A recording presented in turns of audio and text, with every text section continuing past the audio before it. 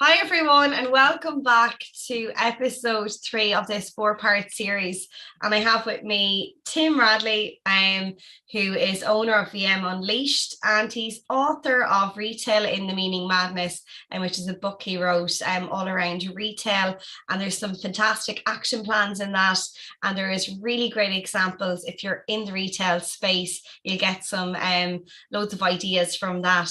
So today we're going to focus on people in retail, and I think we've touched on it in the other 2 previous episodes, talking about, people and how that feeds into everything on the shop floor and the experience-led piece.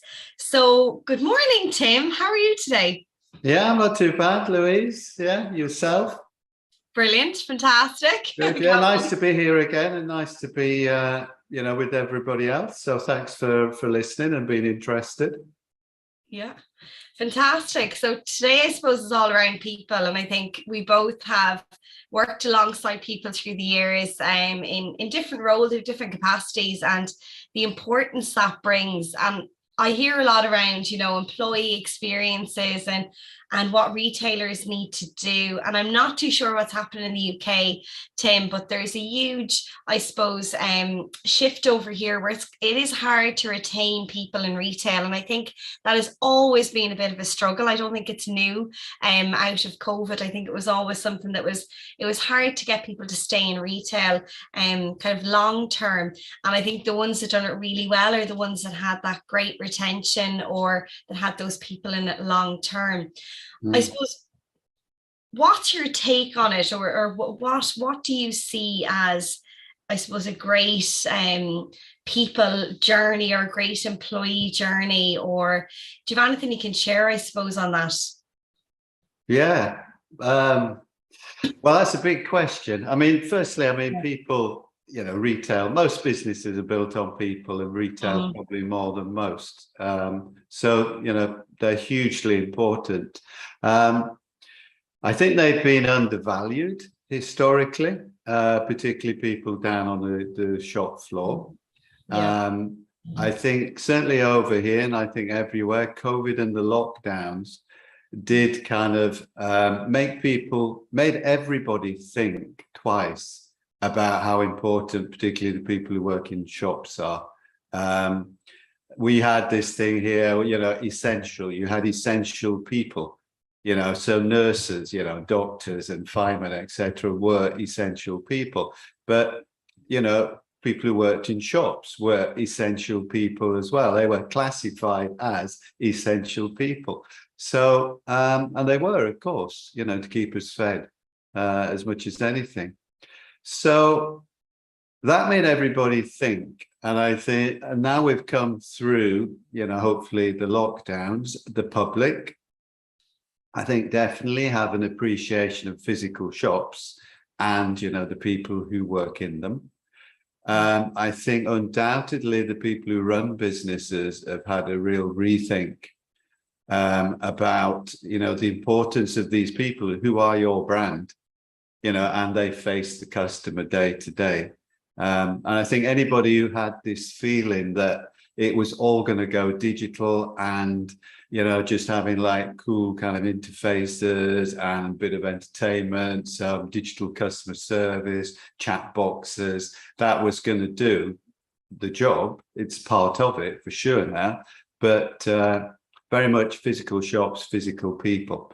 But I also think, without answering all your questions at once, the whole of the structure and all the different people through a business, there's a new way of kind of looking at that whole process now. I think historically retailers were very hierarchical. They were usually begun by some kind of like leader who maybe was good in buying and merchandising. They could get the product together. And there was this very strong hierarchy.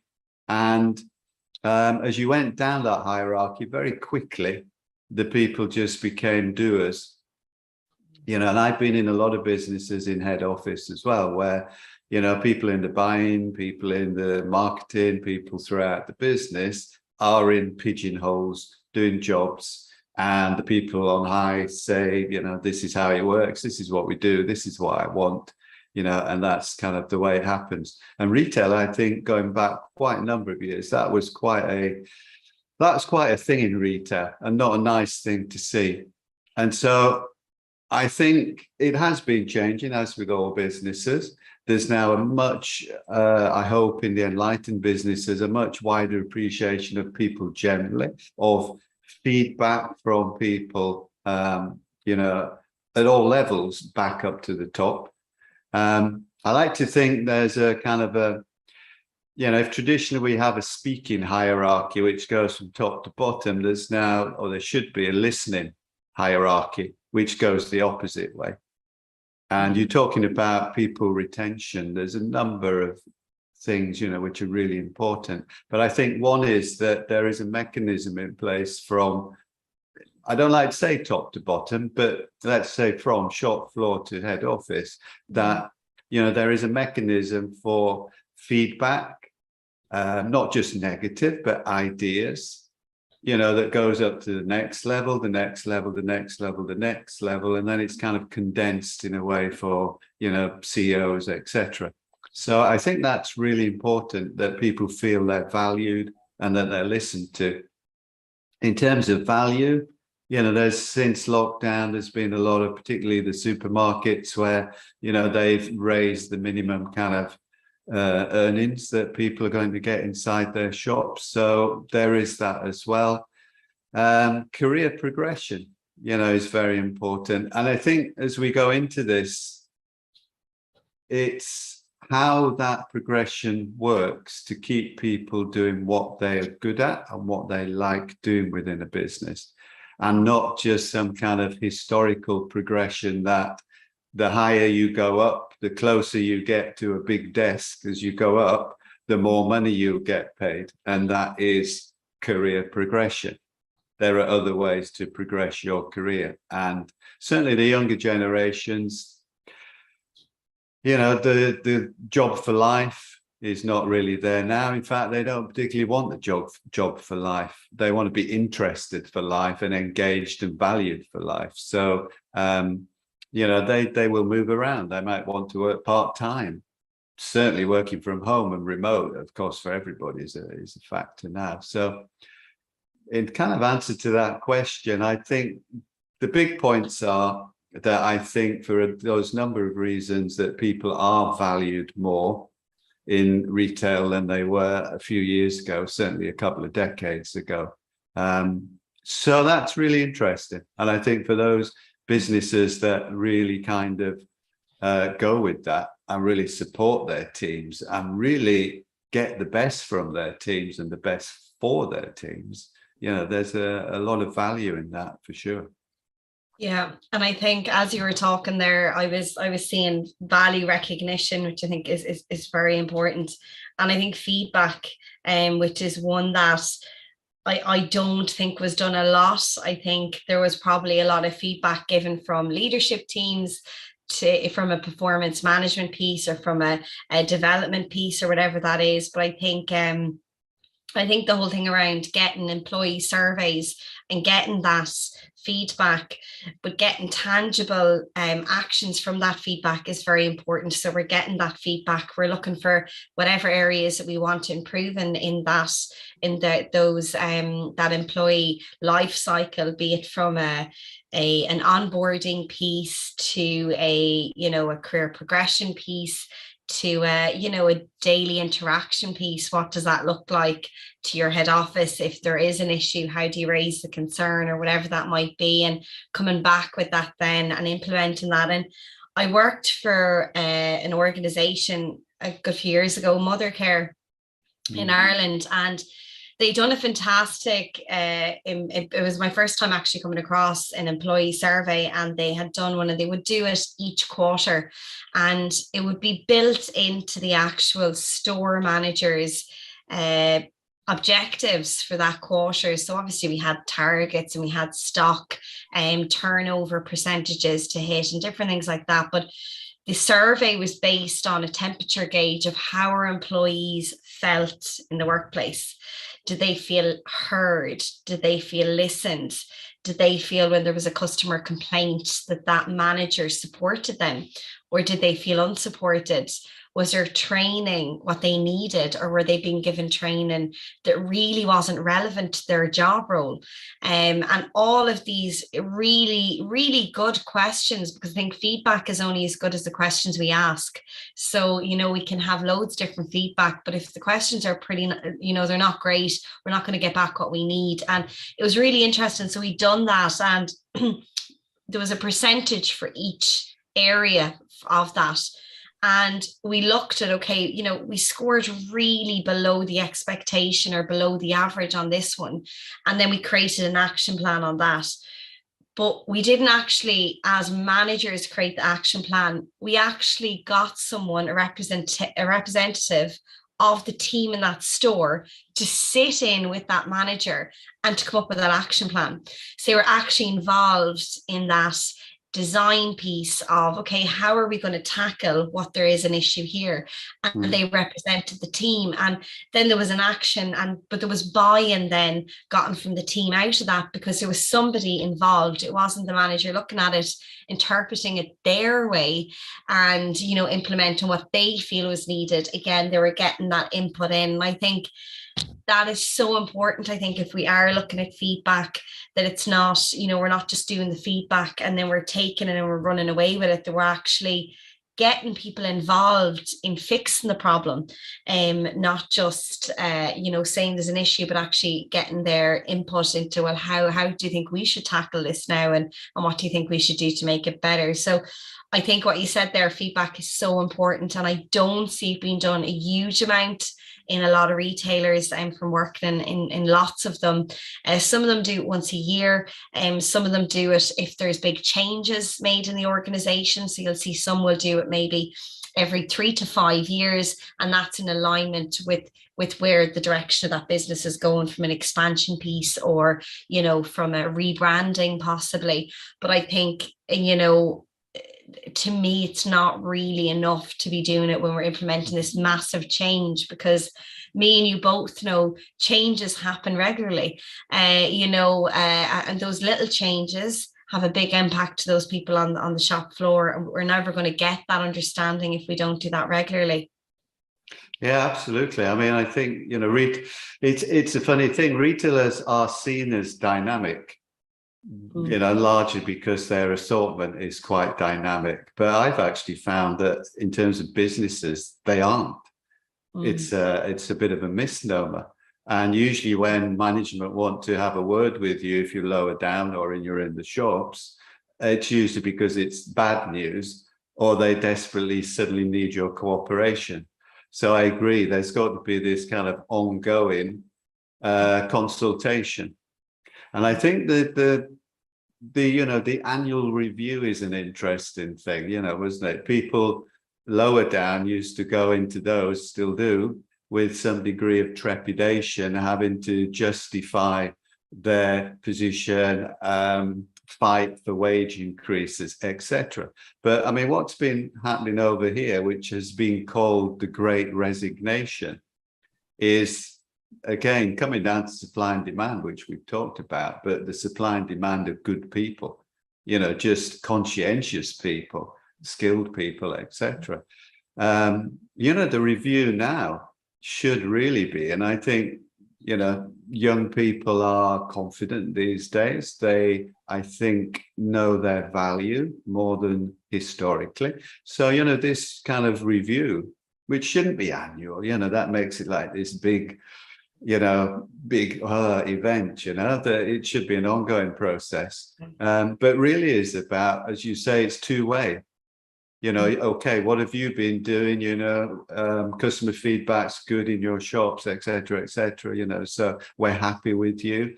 How do you feel about us? Well, you know, I'm a bit unhappy because I can't see the direction that I'm going in. You know, I feel I need more training here.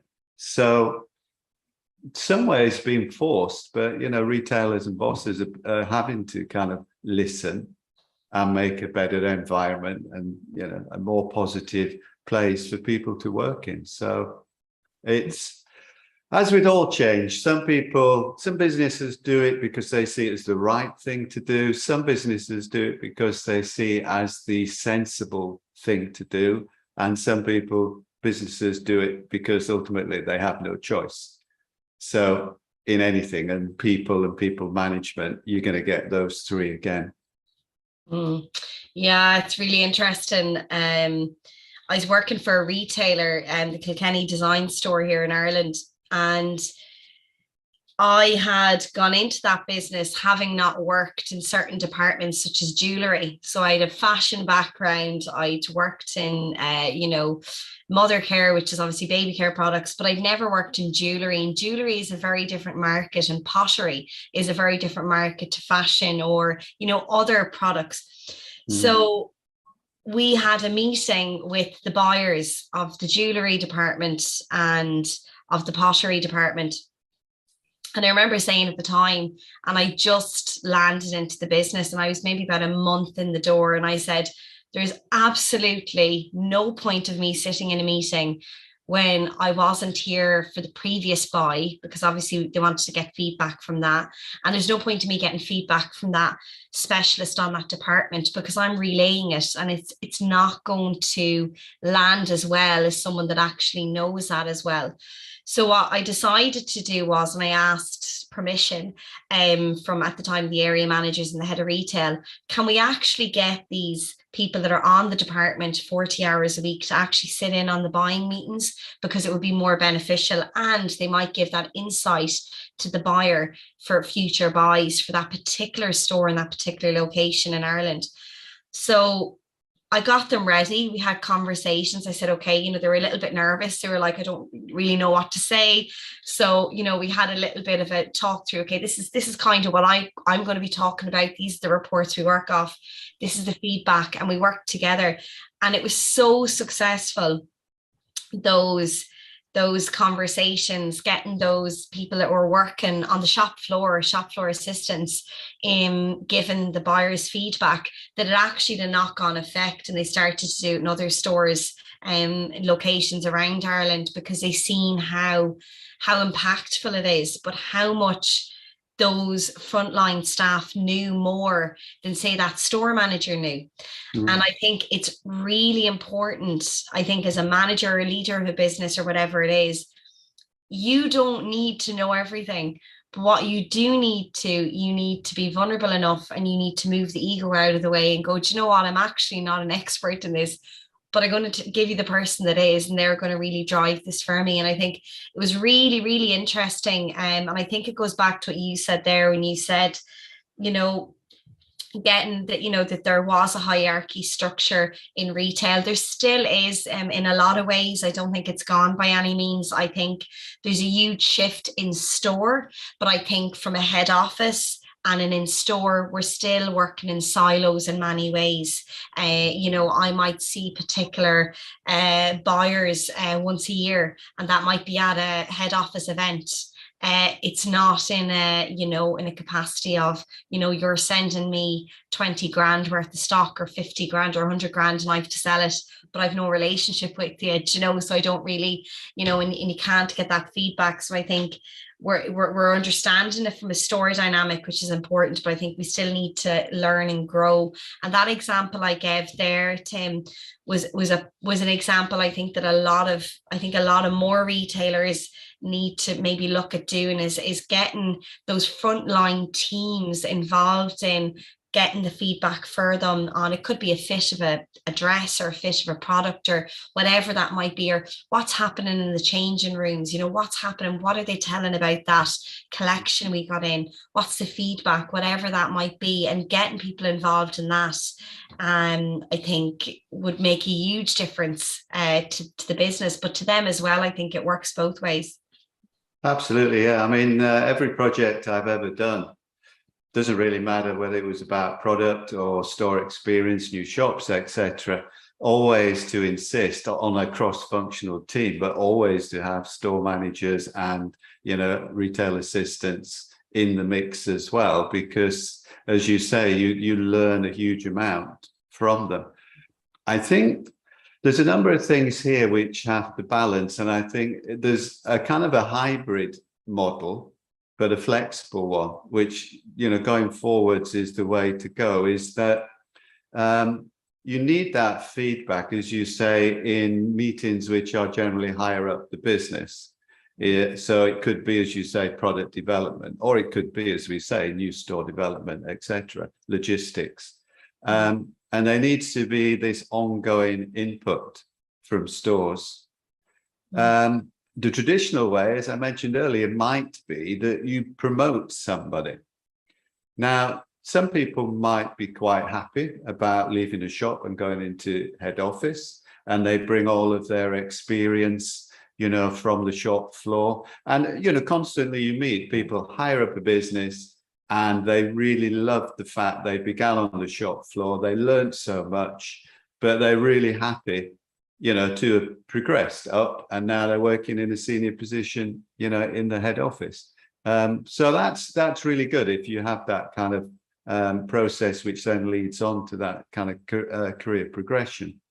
But I've also met a lot of people who are very experienced in the shop, but they don't want to go into head office. It may be that would be a lifestyle change, but also they like being in shops. They like people. They like that dynamic. They like being with the customer, and that's what they really like.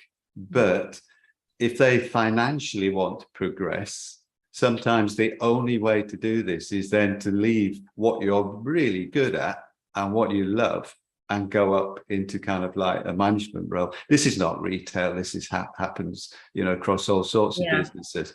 But if there is this way that you can take the experience of the managers who really still want to be in the shops, and they learn all the time. They never stop learning. But there is this process where they feed in on an ongoing basis physically into these kind of meetings, then everybody wins. They become more value. They have another area of their work. Financially, that should mean that they're rewarded for it.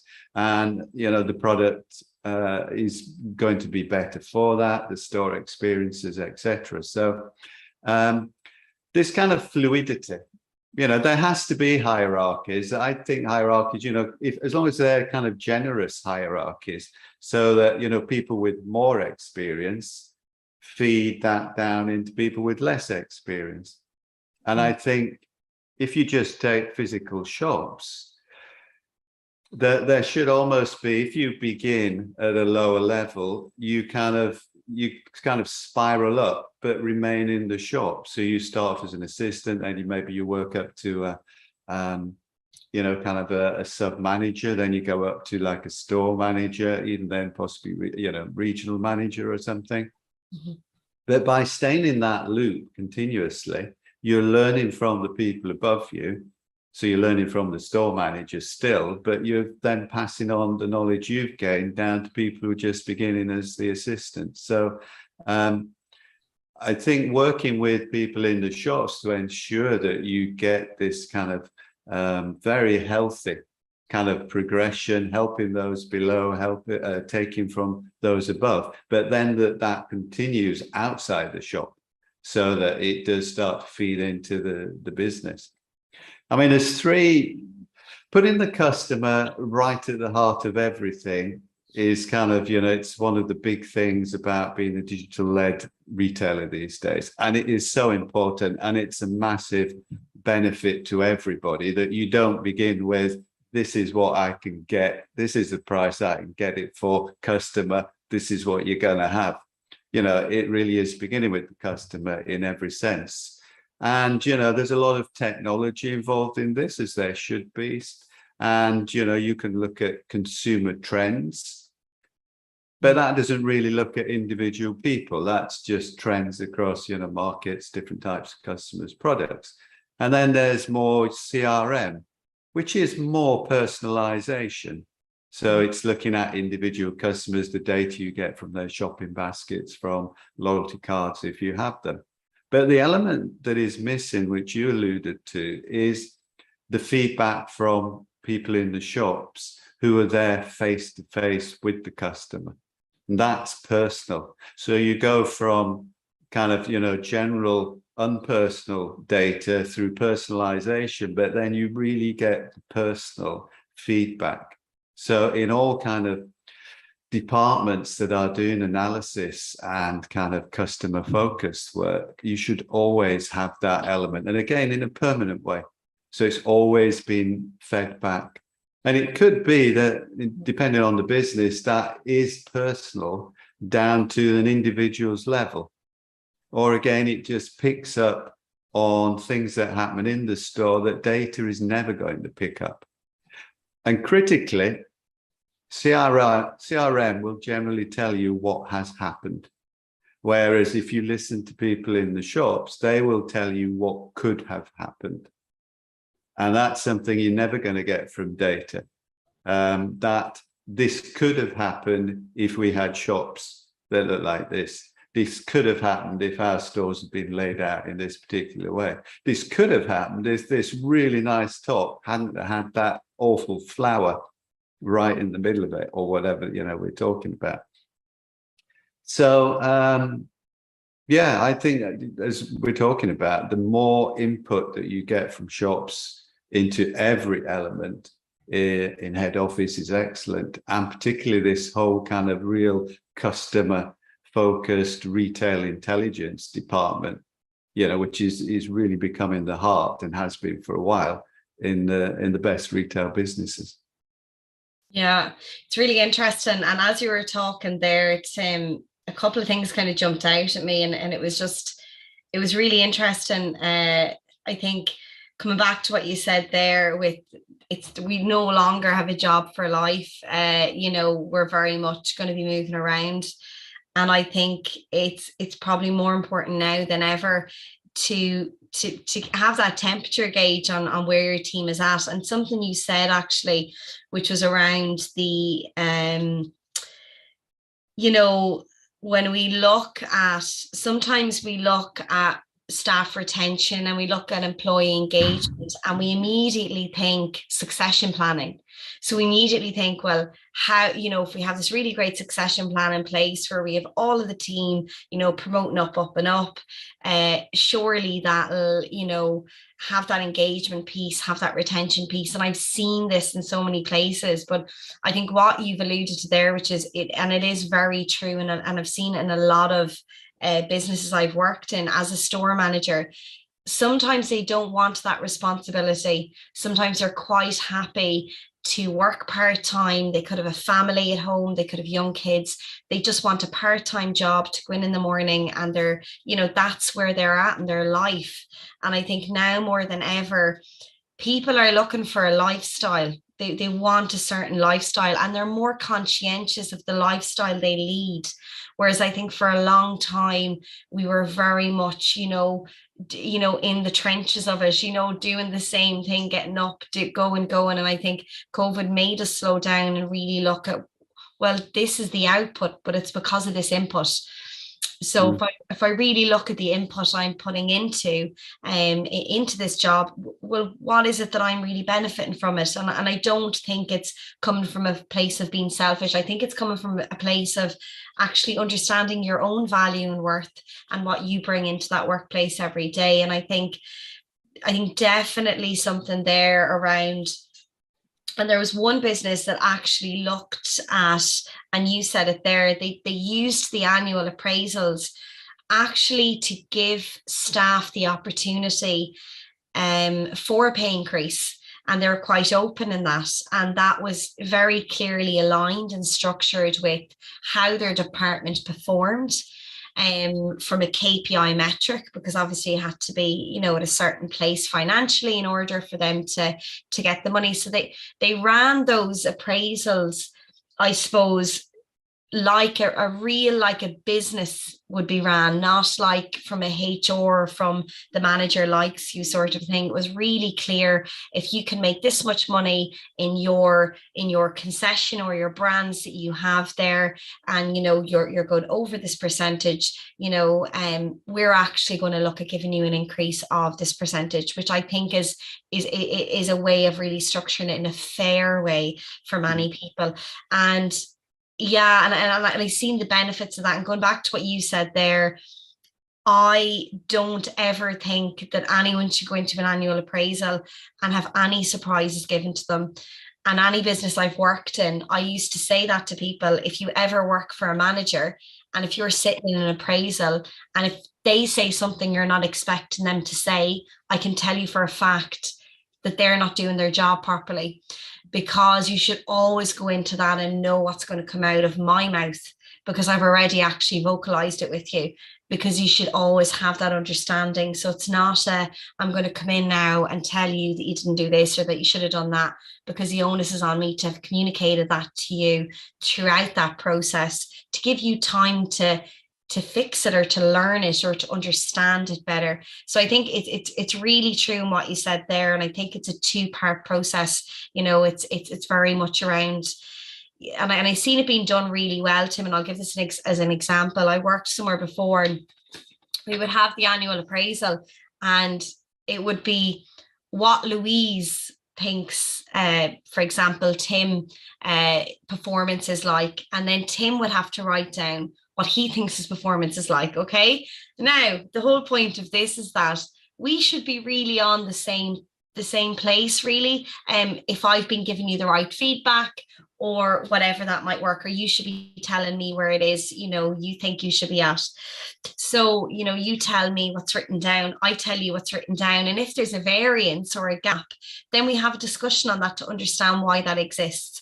And I think those are that kind of, and you said that earlier, that two-way process, I think, is really super important. And I loved that idea what you had around the CRM programs, because I've worked with a lot of CRM programs which were, you know, all around that, you know, that customer relationship. But I think we have external and internal customers, and the external customers are obviously the ones on our CRM base, but our internal customers are the employees in our business, and they're the brand advocates. They're the ones that are telling their friends and family, come and shop in Mothercare, come and shop in Next, come and shop in Marks and Spencer's, whatever retail store that might be. And I think sometimes we forget that those marketeers, those people that are driving our brand awareness, are actually in our store already, and we're paying them a wage. And I think we're forgetting, you know, how important they are to grow our brand just as much as that customer is coming through the door. Oh, absolutely. It's an interesting thing in the summer. This is not the right time of year particularly, but if you go around a high street or shopping centre and you see people obviously work in the shops, whether they're actually wearing their uniforms out and about or not. And it comes largely from, you know, are they proud? Do they do this job because they need the money, but actually they're never really that keen on telling people where they work and what they do? And when they go out, you know, and there's the ones who are walking around, you know, think of the retailers and the uniforms that you see people walking around really quite proud about, you know. Do you wear, you know, the company you work for on the outside of your, you know, uniform, or is it on the inside kind of hidden away? So that's always a good test. I think HR departments, I've worked with some businesses in recent years who are, some are very traditional, some are quite advanced. I think that whole ethos behind HR, what their role is, has completely changed in the best businesses, to the point now where you get some significant companies where the CEOs and the COOs are from HR, which is kind of like, you go back, that would never happen. You come from buying and merchandising, you come from, you know, strategy. Excuse me. So this whole kind of importance of people, and this HR department is not just the old hire 'em and fire 'em, which is what it used to be, but it's thinking about, you know, the structure of the business. Yes, from a practical point of view, do we have all the positions filled? What do we need to actually make the company just operate in a good way? And then what other services, what other things do we want to do that we need additional people for? How do they work together? You know, creating teams, inclusion and diversity, you know, that we get a really good broad view of people, opinions from different angles. And as you say, that they know them, that HR has sufficient resources itself, so they actually know the people. They know their benefits, they know their skills, they listen to them, they know where they would fit in other places in the business to work together. So this whole kind of, man management of your workforce, rather than just having a chart and just saying, yes, we have someone here and someone in this place and somewhere in this place, has changed beyond recognition.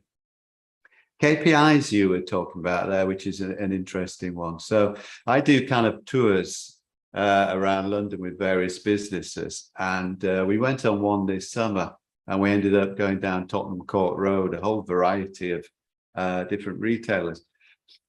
It's interesting because I kind of usually go and I talk to store managers. Is it okay if we come in and we have a chat, etc.? Interestingly enough, you get the ones who are very open and want to tell the world how great their business is, and you get the ones who say, if you're not going to buy anything, don't come in. So that's a good benchmark to begin with. But also afterwards, you say, how can I help? Thank you for talking to us, etc. And it is the feedback, because that's so important, quite rightly, in those businesses. So it might be Trustpilot review, it might be a Google review, it might be an email to somebody senior in their business, but most often than not, it's the reviews. And I think what also came across was the ones that are not helpful, so they don't give a very good face to the customer, or the ones where sales is the only KPI that matters. The other ones, not only is it the feedback, excuse me, that is really important in terms of stars and reviews, but, and there's again, details. So these people, they're on their business card, they're brand ambassadors. So they're not store managers or sales assistants. So that's a good starting point. I'm talking to a brand ambassador. I have personal details of how I can contact them in the shop. So it's not some anonymous switchboard that's going to take me to a generic kind of person who's never been to the place that I'm actually in. So these are all good. But they're not paid necessarily on sales. Their job is that when somebody comes into the shop, they are, they sell the brand, they sell themselves, they're enthusiastic, they are happy to be where they work. And so they leave a very positive perception in the customer's mind about the brand, and that you think, I want to, kind of buy from this retailer. And these can be, one example was quite an expensive furniture brand where there's clearly a lot of training, a lot of attention to detail on uniform, how you look, how you speak. But even so, this personality shines through. But then you get other retailers, we've talked about Lush before, where, all of the sales assistants are just so helpful, enthusiastic. They know all about the brand because the brand's interesting. So they're, as you said, advocates inside the shop, but also outside as well through their social media. I guess if there's one thing harder to get people to use their social media to tell people about the business, it's trying to get them to stop using their social media to tell them about the business. So it's going to happen. Yeah. So, the better you treat people, the happier they are about their brand, it's going to come out anyway, to lots of people. So, that's great informal marketing for any brand. Yeah. So, yeah, having these, people who are happy, engaged, they like where they are working, they're listened to constantly, as you say, they're reviewed on other things other than just the money they make. If you look after the people, the money will look after itself to a certain extent, but it certainly doesn't do any harm.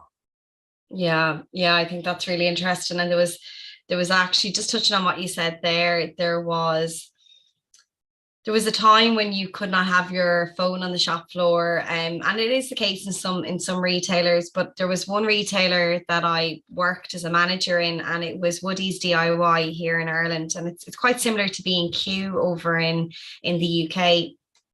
And they launched this app called the Kudos app. And Kudos is like, well done, whatever that might be, thank you, or you're very good, or whatever. And the Kudos app was an app, it was designed for internal use only. So it was just for the staff in Woody's that used this Kudos app. So you download it on your phone. And if I come into the shop, as a manager, and I seen there was a really great display that one of the team done, because they got in a delivery of, it could have been, they got a shipment in of rugs, and maybe we don't have the merchandise and pack in yet because actually it came in early, but we need to get the stock out because we don't want it sitting in the warehouse. And one of the team come up with a really inspirational display. We would actually take a picture of that display on that Kudos app, and we would hashtag one of the brand values. So one of the values was inspiration. So we go hashtag inspiration. Tim has really taken the lead in inspiring today from a VM perspective because of the display that he's done, or whatever that might be. And it was just really interesting because it really engaged the team. But what it done was, Louise, the manager, didn't need to do this Kudos. The team done it with each other. So what that then done was, it created this kind of culture within the business whereby it wasn't only the manager giving feedback, it was also the team. So it was nearly becoming part of their language and the way they discussed things, because I think for a long time feedback was seen as you said there, oh, it's negative, or why are they giving me feedback, and people can take it personally. And I think what the Kudos app done was, by using a hashtag and wrapping that feedback around a value, because it was a value-based business. And when we looked at these, and from a customer experience, from a team experience, it really made people understand what that was all about, and that it wasn't personal, that it was about the business, and it's about creating these experiences within the team. But it also motivated the team within themselves, and it was really, really nice to see, and something that I haven't actually seen in a lot of other businesses. But it was really, really interesting. I absolutely loved it, and I would love to see more of that. It doesn't have to be on that scale of an app, but something similar. You can do it within the teams. I know one place I worked, we would do an employee of the month, and the manager couldn't pick. So it would go to a vote ballot in the shop I used to manage, and I would say, who do you think deserves it? Now, there had to be real warranted reasons. Obviously, it couldn't be because, Mary is my best friend. It had to be warranted examples. So, you know what? I was stuck on the till. There was a girl gone in lunch, and I needed to go off the floor to the stock room. So-and-so came over and helped me serve the lady or the people in the queue. And I got a compliment, but it was because of that colleague helped me out, and because it was another girl on lunch. Things like that that really support people in their day to day, that worked as well. I just think there's so many ways that we can look at doing things, Tim. It doesn't have to be a big fancy thing. It can be through the budget. We can do things as well on a low cost budget to engage people, I think, in the workplace a lot more. Absolutely. I mean, it's about caring. Asda springs to mind. I was looking at them a while ago, the way they use their different kind of social media as a business channels. So, some of the channels are very corporate, very commercial, because of the people who are looking, for example, at the website or wherever. But the Facebook for Asda was almost totally about people in the shops and the things they were doing. So there were lots and lots of pictures of people who'd, been out doing half marathons, raising money for local charities, how they'd helped the customer feedback of being in shops. And within that as well, you had, store person of the month, this person of the month, friendliest, there were lots of kind of informal awards. But the whole of that site was about people, customers, people who work in the shops. And I hope that, it was kind of up there as a big screen in the head office, when you kind of come out the lift to get to the, you know, the top floors and whatever, that you are not looking at some corporate video of how great, this is not just Asda, but any business is, but you get in that feedback about, you know, not only what great people you have in your business, but the advocacy that is going out, the marketing which is going around, you know, Facebook and Twitter and wherever, about, you know, what great people there are in your shops. In terms of how, you know, we've talked about physical and we've talked about digital and how those channels work together. And for me, the fact that a successful shop now, a physical shop, is what I call a personal destination retailer, a shop. So it could be that it could be part of a big chain, it could be an independent or anything in between.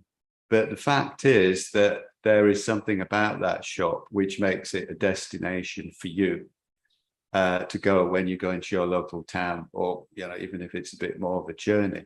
So it has to have something personal and it has to be a destination. And the key to that, I think, is the people. You know, you have to have people in there who are part of the community. They're part of their own community within the shop, but they're also part of a community of customers. And ultimately that becomes one group of people. Because in fact, you know, you're working it one day, you're a customer the next, or, you know the families. So it's people who take that, you know, that community and enlarge it to people. Your whole kind of potential customer base in that town becomes part of the community of that shop. And that can only be done with people. And, you know, that's where all the reviews come from. And that's where, you know, sites like that, as the site I was talking about, become so powerful, because they just create this community of people. And that's where, you know, commercial success will come from. Yeah, it's been such a great chat, Tim, and the time has totally run away. And we could literally, I could stay talking about this all day long. We're there already, are we? Okay. I know it's flown by, but it's just one of those conversations. Honestly, we could keep going all day. It's been fantastic. There's been really great pointers that we've actually just touched on, and I'm just going to recap on them at the end of this episode. And that is, we talked about value in your staff. We talked about recognition programs. Do you have one in your business? And if not, is there something you can look at? We looked at people are your brand advocates, and we talked about brand ambassadors and the importance of that. So maybe changing the language around that from your onboarding or recruitment, maybe setting that tone there, that we're not just managers, we're brand advocates. Looking at the structure in your business, how easy is it for those frontliners to give feedback to those in head office from a buying perspective or logistics? Do they know the challenges that they have in the business? It could be logistically, how the delivery is being taken in, whatever that might look like, that there could be some really great learnings or feedback gotten from that. We dived in a lot around feedback, and I think that's important for a business to grow. And it's also important to get that and be quite proactive instead of reactive. And I think you spoke about that in the CRM programs. You know, we're getting that data after that has happened. Let's maybe take a different approach and be more proactive and getting those learnings from the team before it transcends down to the customers, to have that experience right internally, so then it'll project out externally, which I think is important. We looked at and you spoke about it, bottom to top. So I think, again, looking at how we can get that feedback and what that looks like, and how easy it is actually to reach those in those different cross-functional roles within the business.